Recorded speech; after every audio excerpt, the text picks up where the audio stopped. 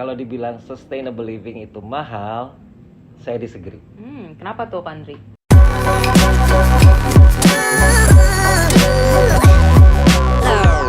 Hai teman Plana, balik lagi ke Plana Talk, sebuah podcast by Plastic for Nature. Nah, kali ini kalian bersama aku Sarah, dan hari ini kita akan bahas tentang sustainable living dari POV yang lebih personal. Jadi di podcast kali ini kita akan banyak bahas tentang gimana sih kita bisa take action untuk memulai sustainable living. Oke, hari ini kita kedatangan tamu yang spesial banget. Hari ini kita bersama Kak Andri. Hai, gimana kabarnya? Halo. Baik, Sarah apa kabar? Aduh, aku kabarnya luar biasa baik juga. Dan aku melihat Kak Andri tuh makin hari makin muda ya teman-teman. Coba dilihat. Apakah ini karena Kak Andri sudah menerapkan sustainable living gitu ya? Coba diceritain. Kenapa tuh bisa tetap awet muda tuh kenapa sih? Serius nih awet muda kan? Itu rahasia mahal loh, Sar. Oh iya. Bagi dong dikit buat teman Plana yang pengen tahu kenapa sih bisa awet muda gitu sampai sekarang. Sustainability. Asik banget nih. Mungkin kita bisa kulik kenapa sih bisa orang tuh kalau sustainable living bisa tetap awet muda nih gitu ya.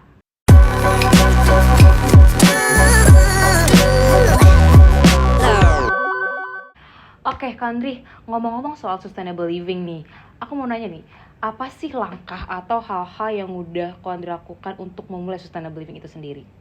Oke, jadi apa yang udah saya lakukan untuk sustainable living, on and off sebenarnya, jujur ya, it's not easy, tapi sebuah habit yang harus saya mulai dari nol, karena memang untuk ngerubah habit kita dari yang tadinya nggak aware untuk jadi aware, yang tadinya kita melakukan hal itu tanpa sadar, sekarang melakukan suatu hal yang baru dengan satu tujuan tertentu, itu memang perlu kesadaran penuh. Walaupun on and off, tapi bisa mungkin terus saya lakukan dan bisa mungkin selalu mengingatkan diri ke saya sendiri ya, supaya untuk tetap bisa melakukan suatu hal yang bisa menjaga keberlangsungan hidup alam kita. Nomor satu tuh yang sekarang pasti saya lakukan adalah saat pesan minuman di restoran atau di coffee shop, nggak pernah lagi minta sedotan plastik. Bahkan saya selalu menolak untuk dikasih sedotan. Udah nggak perlu nanya lagi itu plastik atau bukan, karena kan sekarang ada juga ya sedotan yang bukan plastik, tapi saya memilih untuk minum langsung aja dari gelasnya. Itu nomor satu yang pasti saya lakukan. Kedua, saya selalu usahakan bawa shopping bag kemana-mana. Satu, karena sekarang juga plastik itu kita udah tahu ya bahwa single use plastik, plastik yang dipakai untuk shopping bag itu tuh salah satu yang paling banyak mencemari bumi. Jadi dengan awareness seperti itu, saya sadar bahwa oh iya, sebaiknya saya juga bawa shopping bag sendiri. Itu terus yang ketiga ketiga tuh saya coba untuk bawa tumbler kemana saya pergi, walaupun kadang-kadang suka lupa, gitu ya. Faktor umur. Tapi yang pasti kalau misalnya mau pesan minuman juga suka nanya tuh di servingnya pakai plastik atau pakai gelas atau gelas beling gitu ya, sesuatu yang bisa dicuci atau sesuatu yang single use. Itu suka saya tanya kalau misalnya pas saya lupa bawa tumbler.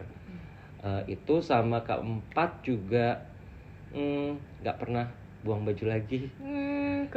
Selalu kalau bisa tuh baju, tapi itu emang udah kebiasaan lama nih, Sar. Saya tuh suka banget pakai baju saya tuh bisa tahan berpuluhan tahun, percaya apa enggak? Dan itu saya masih pakai terus dan jarang sekali buang baju. Tapi andai kata sampai misalnya udah nggak kepake lagi, saya make sure bahwa baju itu instead of saya buang, tapi saya kasih ke orang lain yang pasti akan menggunakan pakaian tersebut. Kurang lebih itu sih hal-hal yang esensi yang saya coba lakukan sebagai habit saya ya. Wah, seru banget. Tadi tuh Kak Andri bahas soal kalau dia itu ternyata udah nggak mau pakai lagi sedotan plastik, udah bawa tumbler kemana-mana. Dan yang paling menarik tuh aku tadi tuh pas dengarnya itu tentang udah nggak buang baju lagi. Padahal seperti yang kita lihat tuh Kak Andri tuh sangat fashionable, kayak pakainya tuh kayak banyak coraknya, banyak bentuknya, stylish banget. Aku mau nanya sih, gimana sih cara Kak Andri untuk tidak membuang baju atau bahkan kayak mempertahankan fashionable itu di saat kondisi yang sustainable living ini digencarkan gitu? Sebenarnya mix and match aja sih, Sar. Mix and match aja Mix ya. and match aja. Maksudnya of course keinginan untuk beli baju baru itu pasti ada ya. Ada tapi tanpa itu juga yang saya bilang itu ternyata udah habit saya udah lama. Jarang buang baju. Jadi kalau saya bongkar lemari, gila ini ada baju yang udah puluhan tahun yang saya nggak pernah pakai, dan kebetulan saya bukan tipe orang yang terlalu mengikuti perkembangan fashion trend. Jadi kalau lihat ya baju saya casual dan klasik aja gitu loh, yang nggak akan hilang trennya atau apa. Jadi kalau saya pakai dari dulu sampai sekarang juga ya masih fine aja. Mungkin saya mix and match sama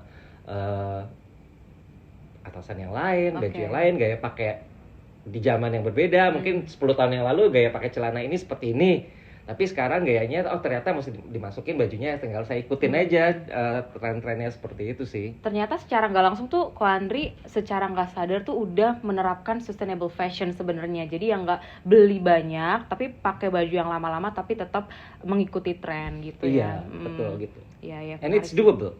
It's doable dan hemat sih. Ya, low budget gitu ya. Oke.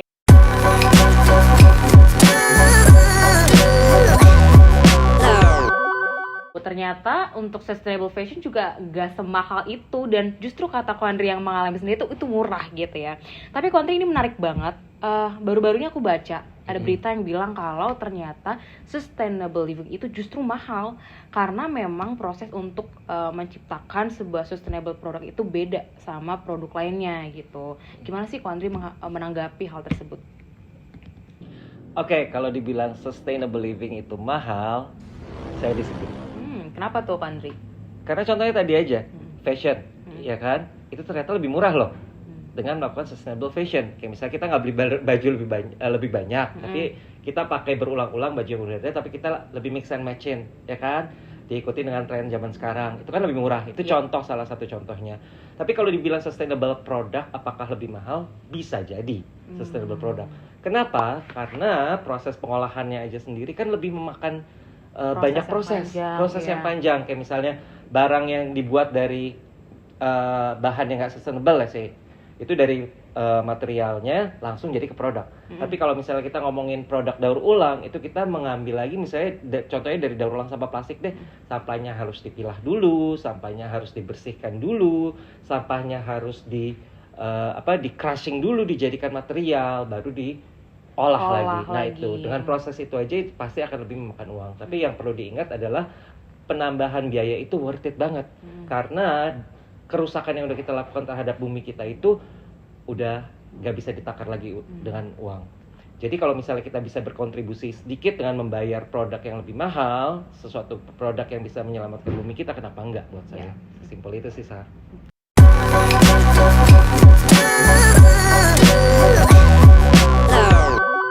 Oke, ternyata kalau dari penjelasan Ko Andri tadi, sustainable living sama sustainable product itu ya emang beda. Kalau sustainable product jauh lebih mahal ya emang ada value yang kita kasih ke bumi gitu nih. By the way, ngomong-ngomong soal sustainable living, lifestyle yang sustainable, kita mau ngecek dari Ko Andri sendiri nih. Kita percaya nggak sih sebenarnya Ko Andri itu menerapkan sustainable living? Jangan cuma kayak ngomong doang. Serius nih? Kita harus cek bener nggak sih Ko Andri itu menerapkan sustainable living. Mungkin aku akan coba ngetes dari what's inside my bag-nya Ko Andri. Berani nggak? Mau kan? Serius dong, aku nggak bercanda. Yuk kita reveal what's inside my bag-nya Ko Andri. Oh my god, ini seriusan, Sar? Serius dong, kita sidak dulu nih, apa sih isi tas seorang Ko Andri yang katanya menerapkan sustainable living. Yuk, boleh dibuka dong tasnya. Oke. First of all, ini tasnya juga daur ulang ya. Bahannya material daur ulang ya. Oke. Mari kita lihat what's inside his bag. Kesatu of course dompet. Oke, dompet biasa ya, masih aman ya. Tapi ini udah pakai 10 tahun ya. Oke. Oh, itu sustainable fashion tadi ya, yang nggak beli-beli baru. Betul. Shopping bag. Apa nih shopping bag? Oke, shopping bag. Ini gimana nih bukanya nih? Kalau mau belanja tinggal buka. Nah, ini there you go. Oh. Rapi kan? Ya, ini juga salah satu contoh nih, Sar. Sekarang kalau misalnya kamu belanja, pasti bayar kan untuk plastik bag. 200 perak. 200 perak atau bahkan kalau yang kertas tuh bisa 500, bisa 1.500, ya kan?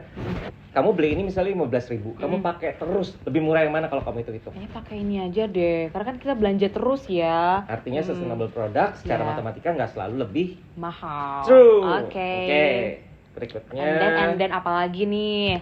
Oh, tumbler. Kayak everyone harus punya tumbler sih di tasnya. Kayak ini lifesaver. Tinggal minum ya, dibawa kemana-mana lebih aman juga.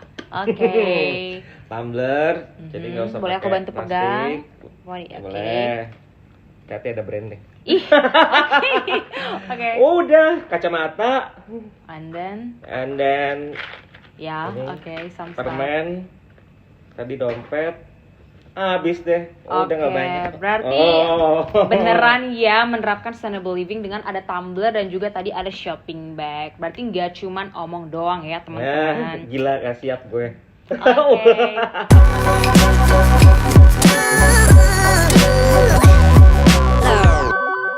Andri, setahu aku Ko Andri tuh suka banget jalan-jalan gitu kan, suka traveling around the world. Aku kepo deh, sebenarnya di negara di luar sana selain Indonesia, ada nggak sih negara yang udah menerapkan sustainable living ini dan apa sih yang mereka lakuin gitu compared to Indonesia? Oke, kalau dibandingin di luar sama dalam, enggak, aku sambil beres ya, Sar. Oke, Berantakan banget. it's okay. Kamu nggak akan jawab ya. Oke, lanjut. Lanjut ya. Iya, ada beberapa negara yang memang lebih aware dengan hal-hal yang menyangkut sustainable living. Kayak recently aku baru balik dari Amerika sama Eropa. Nah, kalau di situ yang paling kelihatan jelas itu adalah effort dari pemerintah maupun penduduknya sendiri sudah dibiasakan untuk melakukan itu. Kayak misalnya kalau dari pemerintah tuh udah di semua tempat deh. Kalau kita memang udah mulai dan which is Good ya, good banget udah dimulai ya. Oh. Tapi semoga bisa terus diperpanjang dan nggak cuma di beberapa lokasi aja, yaitu penyediaan tempat sampah yang udah bisa kita pilah sendiri. Jadi ini untuk yang bisa di recycle, ini yang plastik, ini yang paper, ini yang sampah basah atau apa. Itu kan kita bisa tuh mulai melakukan kebiasaan itu sendiri dan melatih rakyat supaya melakukan itu juga. Sama kalau dari personalnya itu di apartemen misalnya atau di tempat-tempat saya nginep atau saya ngeliat kehidupan mereka di sana, mereka juga di rumahnya tempat sampahnya itu udah ada yang recycle. Oh, di rumah sendiri juga udah dipisahin. Di rumah sendiri udah dipisahin. Jadi udah dibiasakan untuk memilah sendiri sampahnya. Sehingga saat dibuang, ditutup, udah tahu bahwa oh ini sampah yang recycle, ini sampah yang nggak bisa di-recycle. Dan saat dibuang ke bawah kan, nanti kan ditaruh ke tempat sampah besar kan, itu juga udah ada binnya sendiri untuk yang recycle dan yang nggak recycle. Saya rasa itu cara yang paling mudah untuk melatih diri kita sendiri, untuk mulai aware terhadap kontribusi kita terhadap bumi kita. Oke, berarti emang di negara lain itu compare to Indonesia mereka tuh udah mulai aware dan emang dimulai dari pemerintahnya juga udah mulai bikin regulasi gitu bikin ya. regulasi dan yang dituruti oleh masyarakatnya Okay. dan oleh masyarakatnya dibawa kebiasaan itu ke rumah dan mereka melakukan itu sebagai habit kebiasaan keseharian mereka. Oke. Oh, ternyata gitu ya. Sustainable living itu ternyata ya di negara lain udah mulai dijalankan dan kita sebagai Indonesia juga patut berbangga nih. Kita juga udah mulai dari hal kecil kayak yang tadi Ko Andri sampaikan. Seru banget. Tadi kita udah bahas kalau ternyata sustainable living itu nggak mahal, sustainable product juga mungkin terdengar mahal tapi value-nya ke bumi juga ada dan kita bisa mulai start dari our lifestyle. Jadi yuk teman pelana, kita mulai untuk mencoba sustainable lifestyle dari sekarang dan ya kita bisa mulainya dari hal-hal kecil di sekitar kita. Oke, segitu dulu untuk podcast Plana Talks pada hari ini. Dan mungkin kalau teman-teman ada mau request topik yang akan kita bawakan di Plana Talks selanjutnya, jangan lupa untuk komen-komen di bawah ya. Bye-bye. Bye.